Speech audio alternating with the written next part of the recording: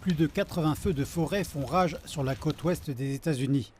L'un des derniers incendies, surnommé Fly Fire, a pris de l'ampleur dans la nuit de vendredi à samedi et provoqué des évacuations dans plusieurs comtés. J'ai tout emballé devant la porte et je suis prête à partir dès que l'ordre sera donné. En attendant, je vais rester ici et continuer à arroser la pelouse. Dans les comtés voisins de Plumas et de Butte, le Dixie Fire est désormais le plus grand feu de forêt de Californie. Après avoir ratissé une superficie de plus de 73 000 hectares, l'incendie demeure loin d'être contenu.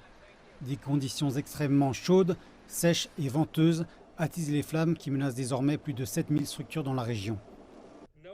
Il ne fait aucun doute que le réchauffement climatique a exacerbé l'impact de cette sécheresse, mais d'autres choses l'ont aussi affecté. Par exemple, dans les montagnes de la Sierra Nevada, nous avons supprimé les feux pendant plus de 100 ans, en éliminant tous les incendies naturels.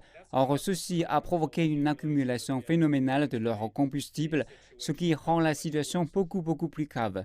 Cette séquence vidéo montre des pompiers traversant l'incendie de Tamarack, qui a maintenant franchi la frontière avec l'État du Nevada.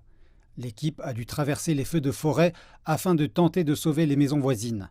Plus de 1400 pompiers s'efforcent de contenir l'incendie depuis bientôt 3 semaines.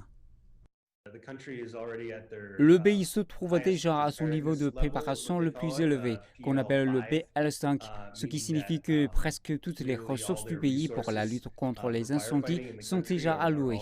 C'est donc l'une des principales préoccupations, disposer de suffisamment de ressources et de pompiers.